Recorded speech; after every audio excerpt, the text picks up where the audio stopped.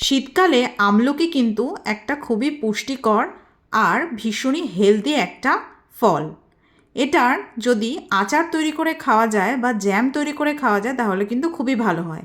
আমলকি একটু স্বাদে তেতকটে হয় আর একটু টক হয় দেখে অনেকেরই আমাদের পছন্দ নয়।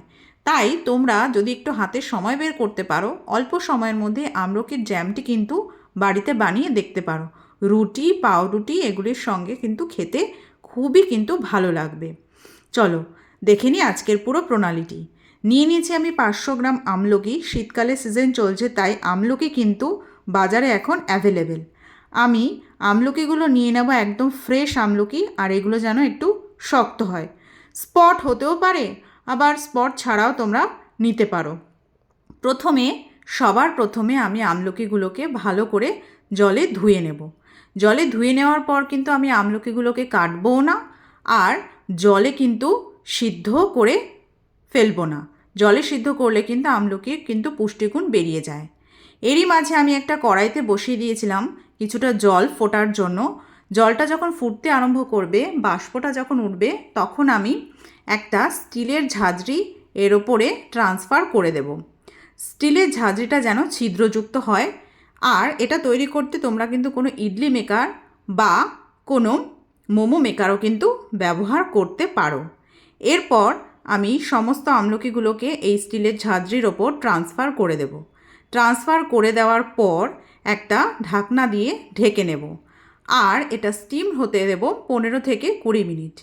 15 থেকে 20 মিনিট স্টিম করব আমি মিডিয়াম ফ্লেমে। স্টিম হয়ে যাওয়ার পর তখনই আমরা বুঝতে পারবো ভালো করে সিদ্ধ হয়েছে আমলকিটা। ঢাকনাটা খোলার পর দেখবে আমলকিগুলো কালার না একটু হলদেটে রঙের হয়ে গেছে। তখনই আমরা বুঝবো আমলকিটা সিদ্ধ হয়ে গেছে। আর একটা চামচ দিয়ে আমি তোমাদের দেখিয়ে দিচ্ছি, দেখো আলতো করে চাপ দিলাম, পরে কিন্তু আমলকির রোয়াগুলো বেরিয়ে এলো। এর থেকে বুঝবো খুব ভালো করে সিদ্ধ হয়েছে। আর ঠিক এই পর্যায়ে আমি গ্যাসের ফ্লেমটি অফ করে দেব। তারপরে এই ঝাঁঝরিটাকে একটা চিমটার সাহায্যে তুলে নেব। তুলে নিয়ে ঠান্ডা হওয়ার জন্য অপেক্ষা করব। ঠান্ডা হয়ে গেলে এবার আমি এই ঝাঁঝরিটাকে আবার নিয়েছি। নিয়ে এক একটা করে আমলকি দেখো আমি আলতো করে হাতে তুলে নেব আর আলতো করে চাপ দেব। দেখো রোয়াগুলো কিন্তু খুলে আসবে, তাতে আমাদের কিন্তু কোনো কাটার ঝামেলা রইল না, আর অনেকটা সময়ও কিন্তু ব্যয় করতে হলো না। ঠিক এইভাবে আমি আরেকটা আমলকিও আলতো করে চাপ দিচ্ছি, আর রোয়াগুলো কিন্তু বেরিয়ে আসছে, আর বীজটা কিন্তু খুব সহজে আলাদা হয়ে যাচ্ছে। এই পদ্ধতিতে করলে কি আমলকির পুষ্টিগুণ বজায় থাকে। আমলকির যে পুষ্টি উপাদানগুলো সেগুলো কিন্তু জলের সাহায্যে বেরিয়ে যায় না, তাতে আমাদের পুষ্টিটাও বজায় রইল, আর খেতেও কিন্তু দুর্দান্ত হলো। আমলকির রোয়াগুলো পুরোপুরি খোলা হয়ে গেলে আমি একটা ব্লেন্ডিং জার নিয়েছি। ব্লেন্ডিং জারের মধ্যে সমস্ত আমলকিটাগুলোকে ট্রান্সফার করলাম। এরপর দিয়ে দেবো আমি এর মধ্যে গ্রেট করে রাখা আদা। 1.5 ইঞ্চির মতো আদা ব্যবহার করছি। জল কিন্তু অ্যাড করব না পেস্ট তৈরিতে, তা না হলে কিন্তু এটা শোকাতে অনেকটা সময় লেগে যাবে। ভালো করে স্মুথ পেস্ট তৈরি হয়ে গেলে আমি তোমাদের একটা চামচের সাহায্যে দেখিয়ে দিচ্ছি যে পেস্টটা কীরকম ঠিক হবে। পেস্ট রেডি হয়ে গেলে আমি একটা কড়াই বসিয়ে দেব এবার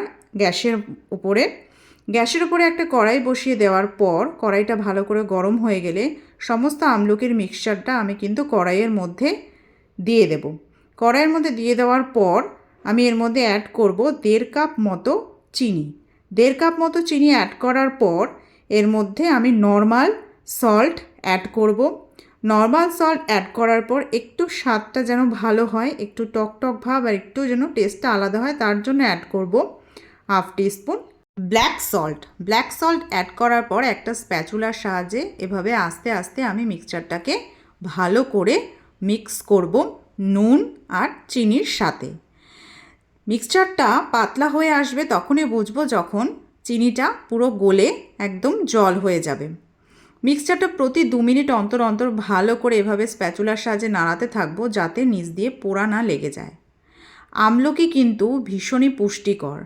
এটা ত্বক, চুল আর ইমিউনিটি বুস্টার হিসেবে কিন্তু কাজ করে, আর এর পুষ্টিগুণ কম বললেই কম বলা হয়। আমলকির কালারটা যখন চেঞ্জ হয়ে আসবে এই মিক্সচারের মধ্যে আমি অ্যাড করব 1 টিস্পুন পাতিলেবুর রস অ্যাড করার পর আমি মিক্সচারটাকে এভাবে ভালো করে মিক্স করতে থাকবো। যখন জলটা পুরোপুরি শুকনো হয়ে আসবে, কালারটা চেঞ্জ হয়ে আসবে, শেষ পর্যায়ে আমি 1/4 টিস্পুন ঘি অ্যাড করব, যাতে মিক্সচারটা ফ্রাই প্যানে না লেগে যায়, সহজে যাতে তুলে ফেলা যায়। এবার এই মিক্সচারটাকে আমি গ্যাস অফ করে দেব। তারপর মিক্সচারটাতে একটা ট্রের মধ্যে ভালো করে ছড়িয়ে দেব, আর একটা স্প্যাচুলার সাহায্যে ভালো করে ছড়িয়ে দেব, যাতে মিক্সচারটা খুব সহজেই ঠান্ডা হয়ে আসে। এটাকে আমি রেখে দেব 1 ঘন্টা পর্যন্ত। 1 ঘন্টা পর যখন আমি মিক্সচারটা আবার তোমাদের দেখাবো, দেখো মিক্সচারটার কালারটা কিন্তু একদমই পুরো চেঞ্জ হয়ে আসবে। দেখো মিক্সচারের কালারটা চেঞ্জ হয়ে এসছে, মানে আমাদের আমলকির জ্যাম কিন্তু একদম রেডি হয়ে গেছে, আর একটা সুন্দর কিন্তু গন্ধ বেরোচ্ছে। টেক্সচারটা আমি তোমাদের দেখিয়ে দিচ্ছি একটা চামচের সাহায্যে। ভালোই ঠিক কনসিস্টেন্সি হয়েছে, আর একটা সুন্দর কিন্তু গন্ধ আসছে। একটা বাটিতে আমি নিয়ে নিচ্ছি। তোমরা চাইলে এটা কোনো কন্টেনারের মধ্যেও কিন্তু স্টোর করতে পারবো। এই রেসিপিটি কিন্তু বাড়িতে অবশ্যই একদিন তোমরা ট্রাই করো। ট্রাই করে আমাকে কমেন্ট বক্সে কিন্তু জানাতে ভুলো না কেমন হয়েছে এর টেস্টি।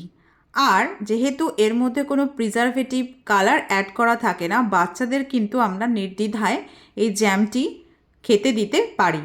4 পিস পাউরুটি নিয়ে নিয়েছি। পাউরুটির মধ্যে আমি জ্যামটি ভালো করে স্প্রেড করে আমি দেখিয়ে দিচ্ছি। দেখো কতটা কিন্তু লোভনীয় লাগছে। দেখতে যেমন লোভনীয় হয়েছে, তেমন খেতেও কিন্তু অতুলনীয় হয়েছে। ভিডিওটি তোমাদের গুরুত্বপূর্ণ সময় দিয়ে প্রথম থেকে শেষ পর্যন্ত দেখার জন্য অনেক অনেক ধন্যবাদ। আর রেসিপিটি যদি তোমাদের ভালো লেগে থাকে তাহলে অবশ্যই ফ্রেন্ডস আর ফ্যামিলির সঙ্গে অনেক অনেক শেয়ার করতে ভুলো না কিন্তু। আর রেসিপিটি যদি ভালো লেগে থাকে তাহলে চ্যানেলটি সাবস্ক্রাইব করার অনুরোধ রইল। পাশে থাকা বেল আইকনটি তোমরা প্রেস করে রাখো নতুন নতুন ইউনিক রেসিপির নোটিফিকেশানের ভিডিও তোমাদের কাছে চটজলদি পৌঁছে যাওয়ার জন্য। ততক্ষণ তোমরা সবাই অনেক অনেক ভালো থাকো। দেখা হচ্ছে নেক্সট দিন একটা ইউনিক রেসিপির সঙ্গে। আজকের মতো গুড বাই।